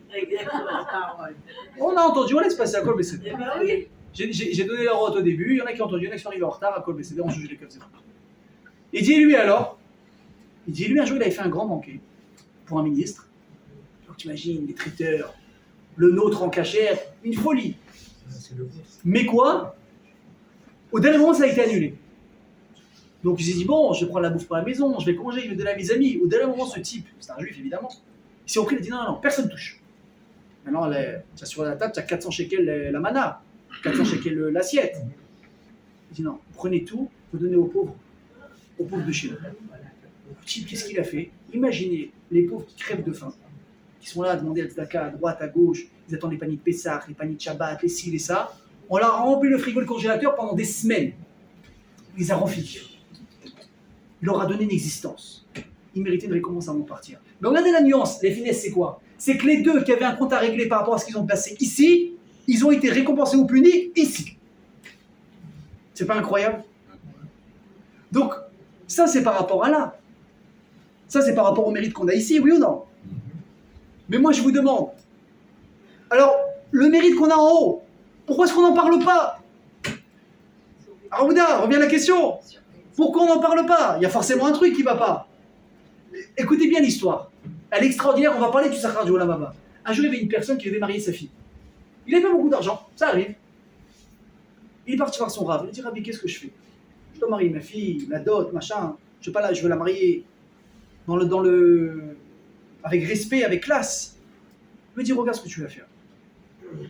Tu sors de la ville, tu prends l'argent que tu as sur toi. Le premier business qui se présente à toi, tu signes. Tu signes tout de suite. J'ai pas entendu. Le premier business qui se présente à toi, tu prends. Il a dit ok, le rabbin a dit. Il sort, il marche, il est fatigué, il arrive dans une auberge et il voit des joailliers en train de parler comme ça. Des bijoux, ils montent leurs pierres, machin, tu vois, parce que j'ai eu le lot, je vais le vendre, je vais aller à la foire, ta. Et lui, il voit comme ça, il regarde. Et lui, il s'est dit, c'est un amateur. Il dit pas trop. Il dit, mais tu es intéressé à acheter? Il dit la vérité, oui. Si vous me vendez, je suis intéressé à acheter. Premier business. Je dis, bon, ils prennent au sérieux. Il dit, combien tu as sur toi? On parle d'un lot de bijoux. On parle d'un lot de diamants. Le type, comme ça, il fouille dans sa poche, tu entends le bruit de... Déjà, c'est pas bon signe. Et il sort comme ça, je sais pas, peut-être aller. En tout et pour tout, il y avait l'équivalent peut-être d'une pièce d'or. Il regarde, il se met à rigoler, il se moque de lui. Il dit, mais t'es sérieux, qu'est-ce que tu vas acheter avec ça? Il rigole, il se moque, il rabaisse. Et il y en a un dans le groupe là qui se croyait encore plus intelligent que les autres, pour faire monter la sauce, qu'est-ce qu'il dit? Je dis, c'est quoi? C'est pas beau de décevoir un juif. Moi, j'accepte de te vendre un truc pour cette petite pièce d'or là. Il lui dit quoi? Il lui dit, mon Olam Haba, mon monde futur. Et il rigole. Il dit, tu veux ou pas? Le type, il a dit, bon, c'est un business. Il y a achat-vente. Il dit, ok. Ils prennent un papier, ils écrivent les noms, ils amènent des témoins, ils font une vente en bonne et due forme. Et ils signent. Et on lève le shtar, on serre la main, on fait tous les kilonim qu'il faut dans la Torah. Et le type prend le papier, le pauvre il prend le papier, et l'autre il rigole. Il dit, mais quel âne, mais c'est pas possible d'être aussi bête. Et il rentre chez lui comme ça. Et sa femme le voit comme ça, heureux, gai, alors que d'habitude il arrive comme ça, moitié M9, moitié ci. Il dit, qu'est-ce qu'il y a? Tu as gagné l'auto? Il a dit, mieux encore. Il me dit, qu'est-ce que tu as fait? Il dit, j'ai vendu à un idiot mon Olam Haba pour une pièce d'or. Et il rigole, et il attend le rire de l'autre. Sauf que l'autre, sa femme, il rigole pas. Il comprend pas, il dit, qu'est-ce qu'il y a encore? Tu fais la tête, d'habitude c'est moi, maintenant c'est toi, qu'est-ce qu'il y a? Il le regarde dans les yeux comme ça, tac. Il lui dit, tu es en train de me dire que je vis sous ce toit, à partir de maintenant, avec une personne qui n'a pas de chélek la Olam Haba, qui n'a pas de part au monde futur? Là, elle a glacé l'ambiance. Il lui dit, voilà, c'est simple. C'est soit tu le récupères, soit maintenant tu m'écris un get, je pars. Ah, le type là, tu vois, il avait bu, machin, ce que tu veux, il était dans l'euphorie, il a tout de suite, il redescend. Il court à l'auberge, et oh le juif, il est où le petit chassid là, le petit religieux là, qui est venu comme ça de nulle part avec sa pièce d'or, il cherche, il le trouve. Il dit, regarde, on s'est amusé, c'était sympa, j'étais un peu bourré, ce que tu veux, allez, tiens, reprends ta pièce, remonte mon lavaba. Le type lui dit, tu rentres ton lavaba, je veux bien, mais pas contre la pièce. Il dit, bon, tu en veux 2? Il dit, non, j'en veux 100. Il dit, t'es pas sérieux, je l'ai acheté à 1. Il dit, acheter 1, c'était ce que tu veux, moi maintenant c'est mon prix, tu veux pas, excuse-moi, je repars. Le type, il n'a pas eu le choix, et dès qu'il hésitait, il voyait le regard de sa femme, tout de suite, il se remettait dans le truc, il prend son chèque, il signe, il lui donne, ils ont fait affaire. Mais la femme qui voit la scène, elle est perturbée quand même. Elle dit, attends, c'est ça les juifs, c'est ça la magouille, c'est ça le truc, ça veut dire ça. Elle va voir le rave. Il dit, écoutez, voilà, elle lui raconte l'histoire, elle dit, voilà ce qui s'est passé. Je peux lui expliquer comment ça se fait, une pièce d'or, 100 pièces d'or, faut pas exagérer. Il répond au Rav, il dit, il n'y a aucune arnaque ici. Ton mari, quand il a vendu son monde futur, c'était quoi sa réelle valeur à ce moment-là? Une pièce. Il dit, encore peut-être avec les intérêts. Et il dit, mais quand finalement, il a pris conscience de ce que c'était un Olam Haba. Et quand finalement son Olam Haba, il va servir quoi? Quand il va le récupérer, il va payer, ça va servir à quoi? À faire une Achnasat Kala, ça vaut beaucoup plus que 100 pièces d'or. Et c'est la vraie valeur qu'elle a maintenant. Donc ça c'est quoi? C'est le Olam Haba. Les amis, je vais arrêter de faire durer le suspense et on va terminer avec ça. Une personne dans le monde, ici, des fois on se perd un petit peu. Les mitzvot, l'ego, la richesse, on est là, on ne sait plus trop où on est. Des fois on tombe comme ça dans la voie d'Hachem, on n'a plus d'émouna, on ne sait plus où on en est, je réussis pas, je fais des choses, Hachem ne me répond pas. Et on se perd comme ça, ils disent le Sefer Chassidout, que le monde ici, il ressemble, écoutez bien ce que je vous dis, à une arène avec des animaux dedans. Vous avez déjà vu des fois des trucs, tu vois des animaux à l'époque des gladiateurs, etc. Tu vois des animaux blessés, tu es sûr qu'ils sont en train de partir. Et finalement, tu as la sainte survie qui prend le dessus, et d'un coup, tu vois le lion, il se met à rugir, il trouve ses forces, évidemment, il va gagner, et il s'en sort comme ça. Tu dis, les êtres humains, c'est exactement la même chose. On est comme ça dans la vie, des fois on n'arrive pas, on est cassé, on n'est pas bien, on est perdu, on ne croit plus en Dieu, on ne fait pas de mitzvot, on est complètement à l'abandon. Et finalement, il y a un type qui rentre dans une synagogue, il dit, s'il vous plaît, j'ai pas de quoi marier ma fille, aidez-moi. Le type, il se reprend.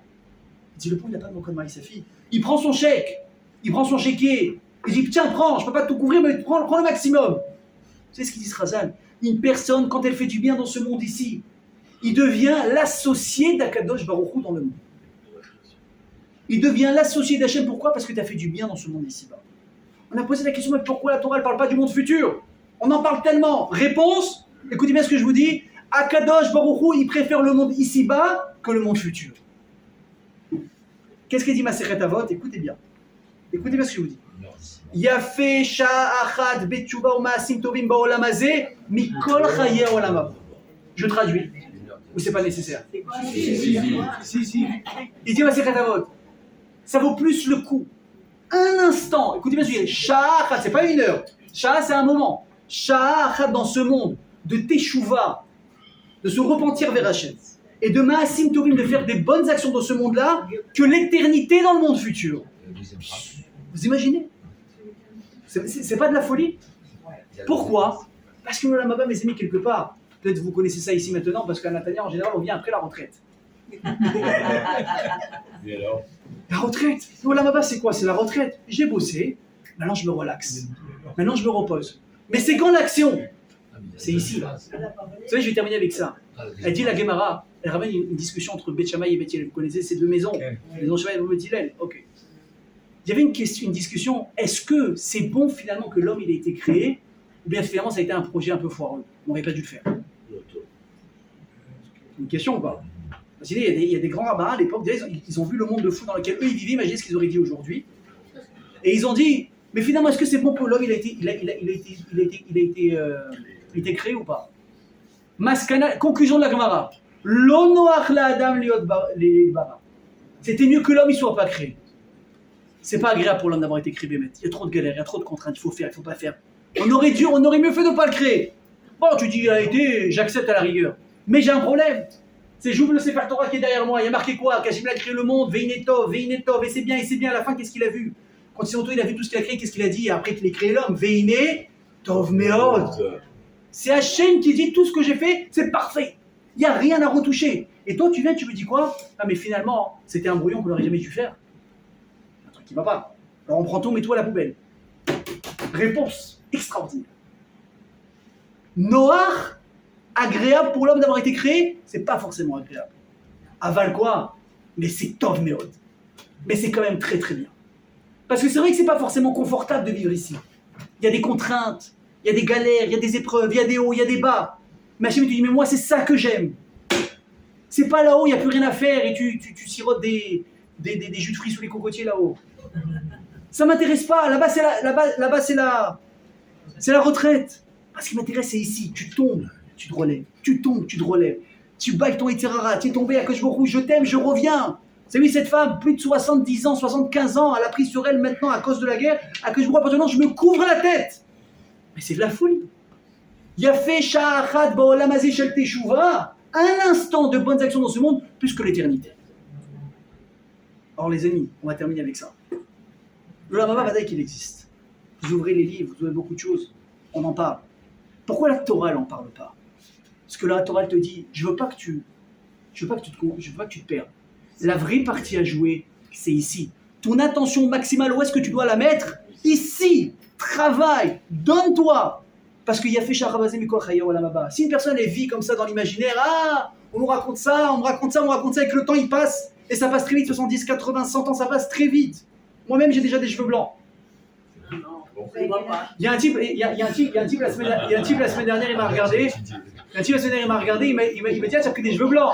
Alors je l'ai regardé, j'ai dit, je préfère avoir des blancs que plus en avoir du tout. Ça, c'est sûr. Donc le temps passe vite. Mais si on loupe la mission essentielle ici, maintenant, quelque part, on n'aura plus rien à récolter en haut. Vous comprenez? Hachem, il te dit, je ne marque pas dans la Torah ce qui est secondaire. Je marque ce qui est prioritaire. C'est là que tout se passe. Mais Hachem, qu'on soit conscient, qu'on soit capable d'avoir ce moment de teshuva, ce moment d'action qu'Hachem, il attend peut-être tellement pour enfin nous sauver. Amen, Kenny Ratza. Amen.